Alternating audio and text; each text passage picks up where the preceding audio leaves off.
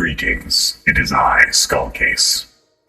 Let's talk about EVE Vanguard, an upcoming first-person shooting mode for the already fully fledged space MMO EVE Online, the announcement of which has gotten me curious. Yes, curious might be the word. In the past, an announcement like this would have gotten me hyped, but that was all before the wisdom of age set in. Alas, EVE Vanguard still has the potential to be something fun. But before I get into EVE Vanguard and its implications, we gotta talk about the game that it's connected to. Now, if you're unfamiliar with EVE, it's a unique MMO in that it's a single shared universe where everyone plays on the same server. As far as I've encountered, EVE has more sandbox potential than any other MMO, because players are given more ownership over the game than is typical. The way in which this is done is that the game features a multifaceted manufacturing, market, and space control system.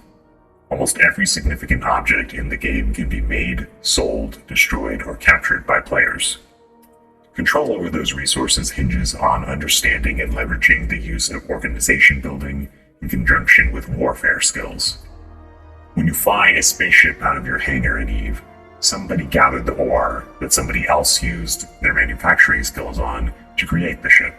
And when your shiny new toy is flown into dangerous territory and gets blown up by an enemy player, it's gone forever, with only pieces of your erstwhile ride and its cargo being left behind for your enemies to pick over. EVE's selling point has always been its deeply interconnected universe. For the right kind of person, it really is quite fun. Engaging in a virtual world that seems so much bigger than yourself can really get you invested on a level that a game with limited content never can. But there's always been a problem with EVE. It's often boring. By simulating a living world and asking you to invest, there's a level of tedium that comes with the gameplay. Mining ore for a living can be a real drag, whether in real life or in EVE Online. And engaging with more complicated systems such as the galaxy-wide market and manufacturing systems have given EVE the derogatory description of spreadsheets in space. Many of the conveniences of other MMOs, such as instantaneous travel to your desired destination, by necessity simply can't exist in a game like EVE, otherwise you would trivialize the logistical components of good transport and multivariate market region prices. So, wouldn't it be good if a game like this had a mode that allowed you to still be a part of this very interesting high-stakes world, but allowed someone to engage with a shorter amount of time in a way that was fun and maybe even slightly more exciting than paying taxes? That's what a first-person shooter connected to the EVE Online has always represented, and that's why I can't help but be interested. But wait a minute. If you were there following what happened with EVE, you would know a dark secret. Something that CCP, the creators of EVE, wish that everyone would forget. What is that secret, you might ask? Well, it's that EVE Vanguard is not the first shooter of its kind. This is important because history informs the current direction of this quote-unquote new module for EVE Online. Let me take you all the way back to EVE FanFest 2011, where CCP first teases an online shooter set in the EVE universe. A tease like this is already getting people interested, getting people imagining things, not least of all me, SkullCase. This is before my hype circuitry burned out, mind you, and at the time, I was also an avid EVE Online player. So 1 year later, when a gameplay demonstration is showcased at the 2012 FanFest, I'm super hyped. I'm uber hyped. I'm giga hyped. This new game, connected to the ever-expanding universe of EVE Online, is called Dust 514. To sum it all up, the game looked good. It looked playable. It had some of what would surely only be just the beginning of the connections it would eventually have to EVE. You could run around on a massive battlefield with a complex fitting structure similar to EVE, and even call on support from your buddies in the MMO proper. What isn't there to love? But there was one massive problem glaring us lovers of EVE Online directly in the face, though many of us didn't know it. So, what was that problem? Well, here it is. Dust 514 is announced as a PlayStation 3 game. Now, initially this doesn't bring up any red flags. Having your game on console is a great idea to expand your user base. So what? The game's on console. This is actually a good thing, right? The already existing user base of the PlayStation ecosystem can be tapped to bring more access to EVE, bringing in more money and ultimately make both EVE and Dust 514 better. We can all get along.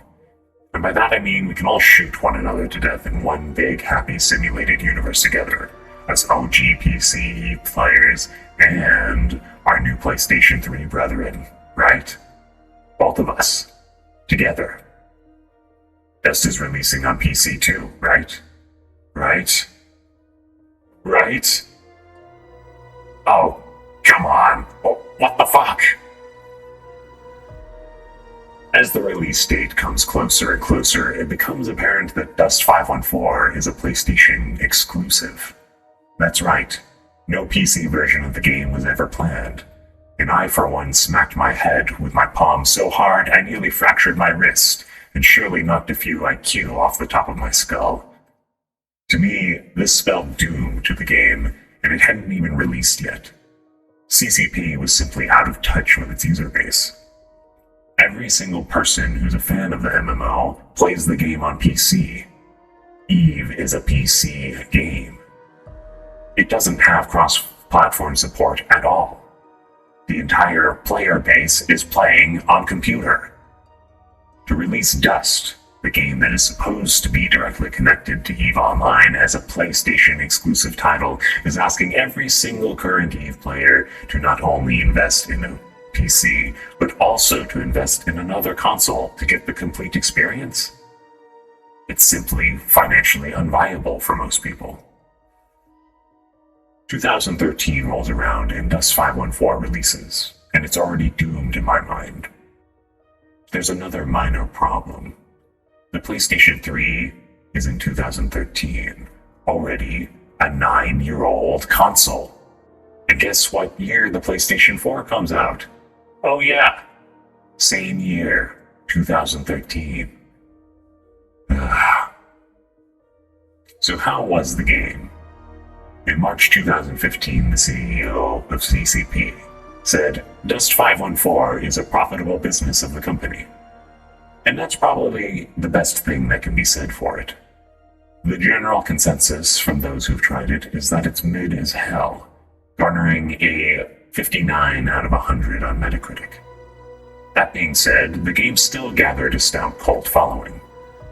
A following that wasn't quite big enough to keep the game alive, unfortunately, as the lifetime of the game only lasted 3 years.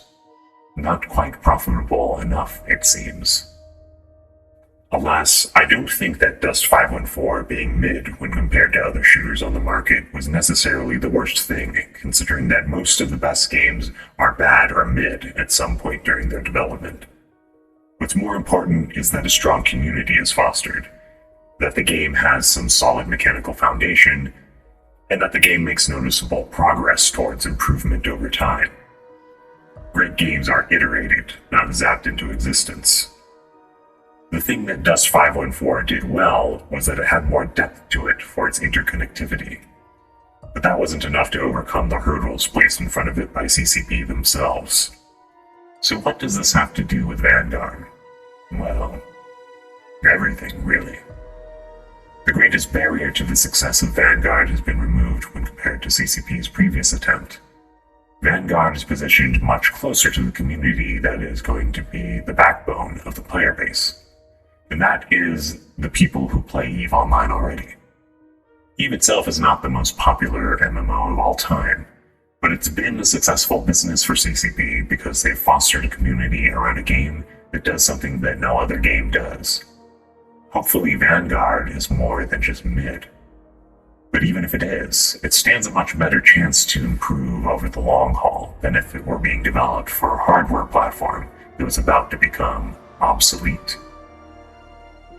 CCP seems to have learned from their previous mistake, and though it's taken a while, and by a while I mean a decade, since the release of Dust 514, the keynote presentation where they showcase this new module emphasizes their dedication to making this a unified community experience. I don't dare to hope too much, and and I reserve my judgment for when the real thing releases. But as I said in the beginning, I remain curious. So if you're like me and you are curious, what do we do about this new module for EVE Online? Well, we know it's still in alpha, and that the little footage we have of it in action leave many questions unanswered. The big thing that has been revealed is that Vanguard is an extraction shooter of sorts. There are materials and quest items to be looted from the surface and competed for with other players. We know that there are NPC enemies to be contended with, and that dealing with them will be benefited by the use of a gear crafting system, which can be used during the match. We know that there will be environmental hazards, and that there are hints that certain gear might allow opportunities to traverse areas that might otherwise prove deadly. We know that the game is designed in Unreal Engine 5, which bodes well for the future development and iteration. And we know that getting out of a match alive might prove difficult, as expected from other extraction shooters. The rest is mostly speculation. My current favorite shooter is also an extraction shooter, and I feel the genre could prove a good template for the dog-eat-dog universe of EVE Online. A worry I have is that the feel and balance of a good extraction shooter game is more tricky than one might expect. Hunt Showdown, for example, has a very good gameplay loop and excellent gunplay, but it de-emphasizes the looting mechanics of other extraction shooters, like Escape from Tarkov. If freedom of loadout is similar to CCP's Dust, it might come as a challenge to keep a satisfactory balance between weaponry and gear. The constraints on squad size and tactics are also something to keep in mind. It doesn't feel good to get rolled over by a gang of 10 headhunters as a solo player. Now, it's easy to be skeptical about this new mode for an old game. We've been burned before, so it's only natural. My question for you is, has CCP managed to kill our enthusiasm to the point where we give up on this idea? Or will you, like me, rise from the dead to give EVE Vanguard a try? SkullCase out.